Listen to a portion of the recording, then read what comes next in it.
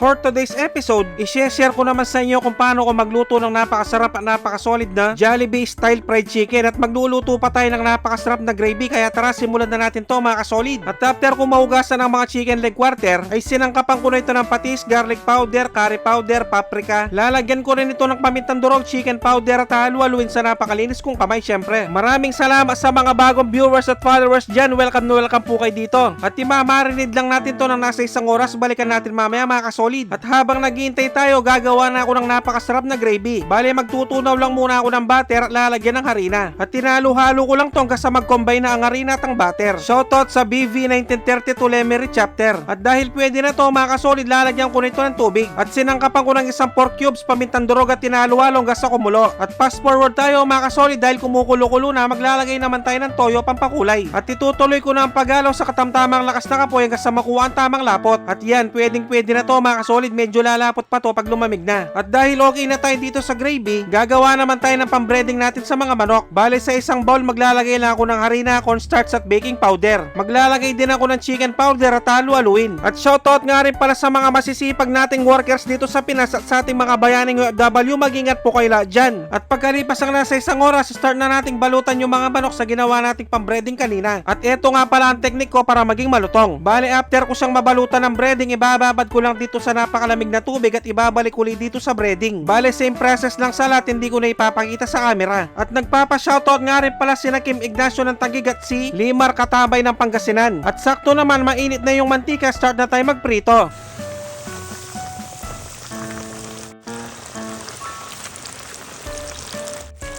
At kung umabot na kayo sa part ng episode na to mga kasolid, pwedeng paki-comment naman kung tagasan ka para malaman ko kung saan umabot ang video to. Maraming salamat. At pagkalipas lamang ng ilang minutong pagpiprito, tingnan nyo naman ang kulay, napakaganda mga kasolid. Bale, iseset aside ko na ang mga to para yung second batch naman ang isalang ko. At siguradong nakasuporta din ngayon sina Luke Villafranca, Julius Lamonyo at si Johnny Pomoy ng Breckenridge, Colorado. Maraming salamat po sa suporta mga bossing. At pagkalipas ng ilang minutong pagpiprito, tapos na tayo mga kasolid. Tingnan nyo naman, napakaganda ng kulay. At dahil luto na ang aking napakasarap at napakasolid na Jollibee style fried chicken, magpe-plating na tayo. At syempre, dito na tayo sa pinaka-exciting part, ang tikiman time, yun no? At siguradong manguubos na naman ng isang kalderong kanin lamig to kung sakali. Kain po tayo mga kasolid.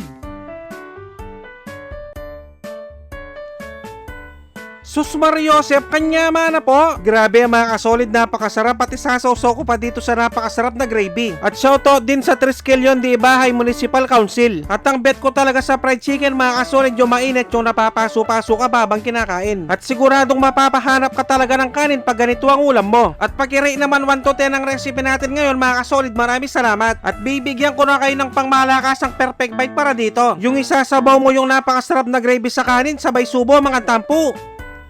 Taksya po na kalasa ng kalasa. At kung tiyempong hating gabi nyo naman napanood to mga kasolid, mag-automatic pansit kanto na lang kayo mga bossing. Dapat yung spicy ha. At siguradong lulutuin din ito ng Likab family ng Nueva Ecija. At syempre siguradong nakasuporta din ngayon ng mga masisipag nating mga tambay. Maraming salamat sa mga walang sawang sumusuporta at sumusubaybay sa aking mga video. At sa mga walang sawang nagsishare, maraming salamat, napakasolid nyo. Sobrang na-appreciate namin kayo lahat. Magkita-kita ulit tayo next episode at titry nyo na ang napakasarap na recipe na to. Maraming salamat sa panonood. Mag-ingat ang lahat, basta Kapampangan manyaman.